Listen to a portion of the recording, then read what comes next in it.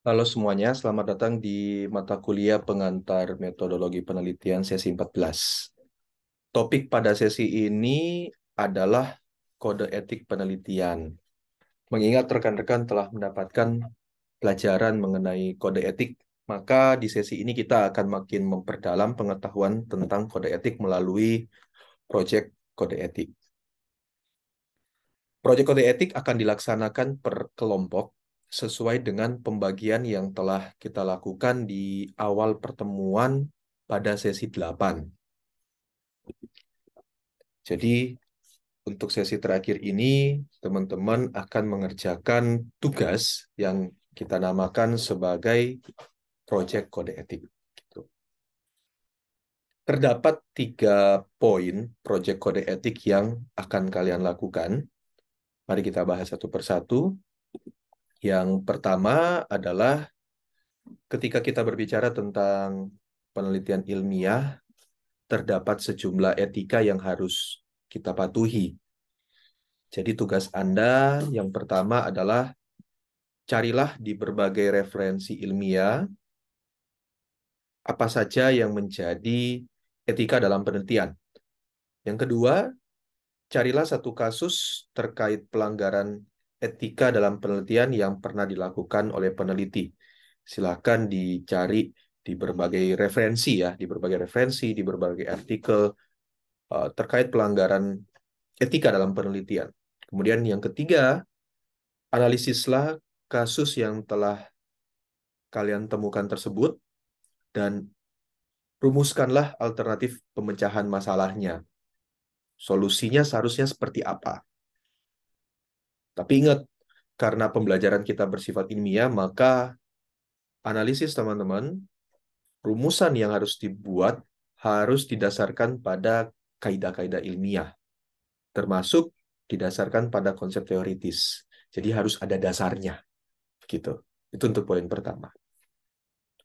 Untuk poin yang kedua, di dalam keprofesiannya kita, ilmu psikologi juga memiliki kode etik profesi. Kode etik ilmu psikologi Indonesia ini tertuang di dalam buku kode etik psikologi dan yang saat ini sedang teman-teman pelajari juga. Tugas Anda yang pertama, carilah pasal-pasal di dalam kode etik psikologi yang relevan dengan penelitian ilmiah. Sehingga di sini perlu analisa juga, teman-teman. Perlu dicermati juga pasal-pasal mana yang paling relevan. Jadi jangan semuanya pasal itu kalian tuliskan, tetapi pasal-pasal mana dan apa isi pasal itu sehingga itu relevan dengan konteks penelitian ilmiah. Yang kedua, carilah satu kasus pelanggaran penelitian di keilmuan psikologi. Kalau yang poin pertama bersifat umum, kalau yang sekarang adalah pelanggaran penelitian psikologi yang melanggar kode etik psikologi itu sendiri.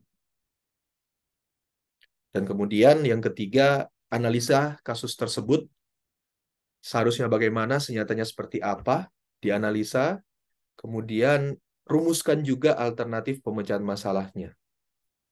Solusinya seperti apa? Seharusnya bagaimana, senyatanya bagaimana, solusinya seperti apa. Nah, sama seperti poin yang pertama, ingat teman-teman, karena pembelajaran kita bersifat ilmiah, maka analisis dan rumusan yang dibuat harus didasarkan pada kaidah-kaidah ilmiah.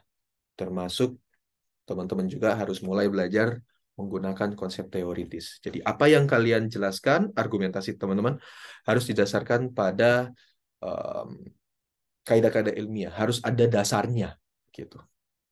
Sedangkan kalau poin yang ketiga, yang terakhir,